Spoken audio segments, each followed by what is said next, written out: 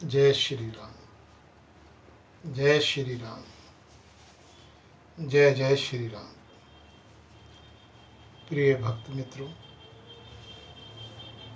प्रतिदिन की भांति मैं आज भी रामचरितमानस गोस्वामी तुलसीदास जी महाराज द्वारा रचित से अयोध्या कांड का पाठ करने जा रहा हूँ। कल के पाठ में मैंने जो बताया उसका संक्षिप्त वर्णन मैं देना चाहता हूँ। मुनि वशिष्ठ जी ने भरत और शत्रुघ्न को राजसभा में बुलाया और सब लोगों के सामने उन्हें कहा और सारी कथा जो कैकेयी माता ने की थी, सारा जो प्रचंड रचा था, वह सबका वृत्तांत उन्होंने दिया और साथ में यह भी कहा कि हे भरत सुनो, होनहार बहुत बड़ी बलवान है। हानि लाभ, जीवन मरण और यश अपयश ये सब विधाता के हाथ में है। ऐसा विचार कर किसी को दोष नहीं दिया जाता। और उन्हें समझाने का प्रयत्न किया कि इसमें आपकी माता का कोई दोष नहीं, ये तो विधि का विधान है, ऐसा होना ही था।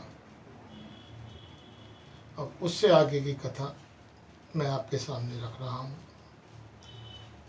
सोचई वयु कृपन धनवानु, जो न अतिथि सिय भगति सुजानु। सोचई शुद्धि विप्र अवमानी, मुखर मान प्रिय म्यान गुमानी। उस वैश्य का सोच करना चाहिए जो धनवान होकर भी कंजूस है और जो अतिथि सत्कार तथा शिवजी जी की भक्ति करने में कुशल नहीं है। उस शूद्र का सोच करना चाहिए जो ब्राह्मणों का अपमान करने वाला, बहुत बोलने वाला, मान बढ़ाई चाहने वाला और ज्ञान का घमंड करने वाला। पुनः उस स्त्री का सोच करना चाहिए जो पति को छलने वाली, कुटिल, कलह प्रिय और स्वेच्छाचारिणी है।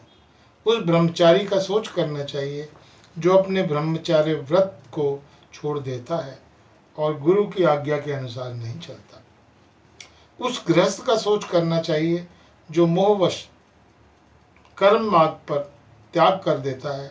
उस सन्यासी का सोच करना चाहिए जो दुनिया के प्रपंच में फंसा है और ज्ञान वैराग्यहीन है। वानप्रस्थ वही सोच करने योग्य है जिसको तपस्या छोड़कर भोग अच्छे लगते हों। सोच उसका करना चाहिए जो चुगलखोर हो, बिना ही कारण क्रोध करने वाला हो तथा माता पिता, गुरु एवं भाई बंधुओं के साथ विरोध करने वाला हो। सब प्रकार से उसका सोच करना चाहिए जो दूसरों का अनिष्ट करता हो, शरीर का पोषण करता हो और बड़ा भारी निर्दयी हो। और वह तो सभी प्रकार से सोच करने योग्य है जो छल छोड़कर हरि का भक्त नहीं होता। कौशलराज दशरथ जी की सोच करने योग्य नहीं है, जिनका प्रभाव 14 लोकों में प्रकट है। हे भरत, तुम्हारे पिता जैसा राजा तो न हुआ है, न है और न ही अब होने वाला है। विधि हरि हरि सुरपति दिशिनाथा, वर्णव सब दशरथ गुण गाथा। ब्रह्मा, विष्णु, शिव, इंद्र और दिक्पाल सभी दशरथ जी के गुणों की कथा कहा करते हैं। हे तात, कहो उनकी बड़ाई कोई किस प्रकार करेगा जिनके श्री राम, लक्ष्मण, तुम और शत्रुघ्न सरीखे पवित्र पुत्र हैं। राजा सब प्रकार से बड़भागी थे, उनके लिए विषाद करना व्यर्थ है। यह सुन समझ कर सोच त्याग दो और राजा की आज्ञा सिर चढ़ाकर तदनुसार करो। राजा ने राजपद तुमको दिया, पिता का वचन तुम्हें सत्य करना चाहिए।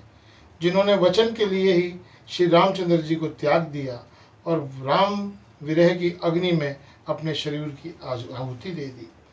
राजा को वचन प्रिय थे, प्राण प्रिय नहीं थे। इसलिए हे तात, पिता के वचनों को प्रमाण सत्य करो, राजा की आज्ञा सिर चढ़ाकर पालन करो, इसमें तुम्हारी सब तरह से भलाई है। परशुराम जी ने पिता की आज्ञा रखी और माता को मार डाला। सब लोग इस बात के साक्षी हैं। राजा ययाति ने पुत्र ने पिता को अपनी जवानी दे दी। पिता की आज्ञा पालन करने से उन्हें पाप और अपयश नहीं हुआ।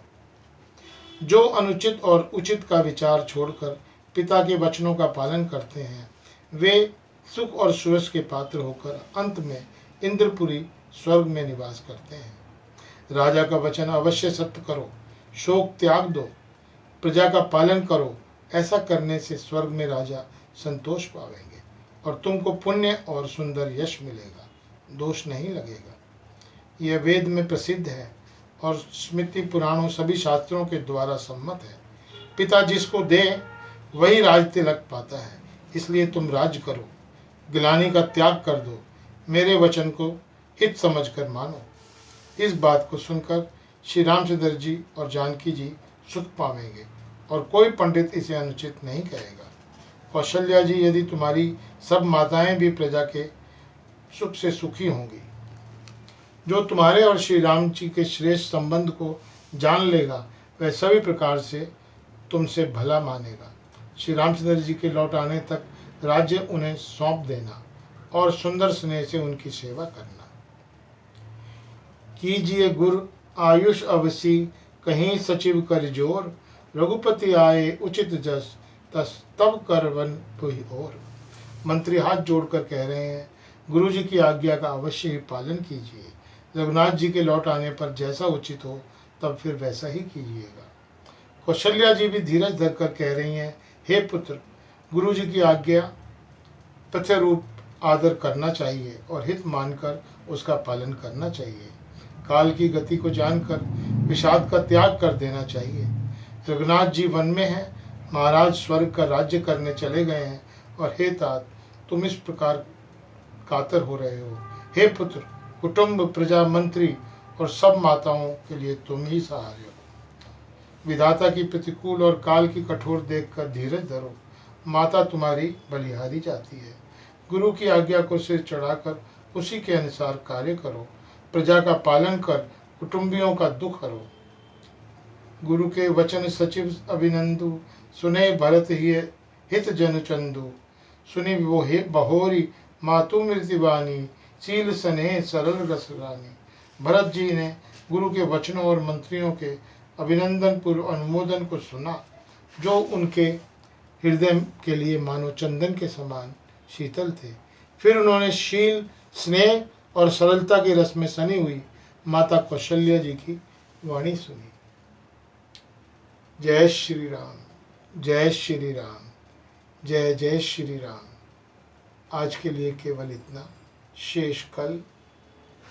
जय श्री राम।